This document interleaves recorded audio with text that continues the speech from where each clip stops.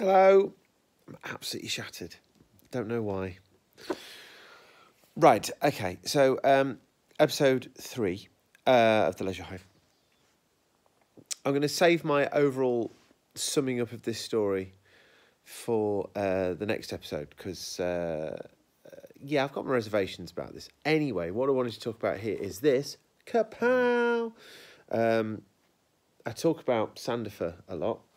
Elizabeth Sandifer. But this is my other go-to reference work. About Time by Tatwood and Lawrence Miles. Later editions by Tatwood alone, sadly, because Lawrence Miles, I like Lawrence Miles a lot. He's a good guy. Anyway, there's a really interesting essay in the start of this book about what was different when the Gianteria started, because it's fundamentally different. It feels completely different. And it's really weird wrapping my head around this, as I've said many a time. Going through episode by episode in chronological order really shines a light on how these things that you just gloss over when you're bobbing about different eras of Doctor Who. And one of the really interesting things that I've taken from this essay, which I've not finished yet because it's been a busy day, because they're always busy days, is the fact that the way that space is being used is different to Doctor Who as ever been before. And I can't remember what is literally cited in the particularly cited in the essay. But if you compare the way that the directors use space and organise their cameras and sets and things like that in almost any era of Doctor Who before this, and then you look at this with its completely different use of corridors. Corridors feel very differently. They feel much more confined. There's the shot that I'm assuming is from like a gantry or something. Is that a word? Gantry? But basically, it's like up in the corner of wherever the generator is in the story.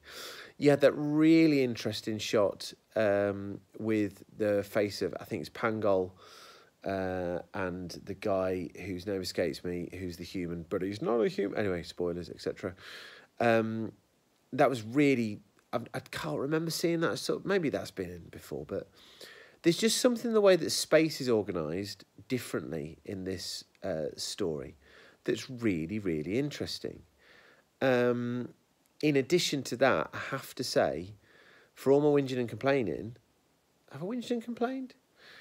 Tom as old Tom really works for me. Don't you think? Tom as old Tom? Yes, it seems to suit him. Yes. Lib, I think, is enjoying this story more so than I am. It's fair to say. I am. But there we go. Sorry. No, that's fine. That's fine. But yeah, this is interesting, but weird.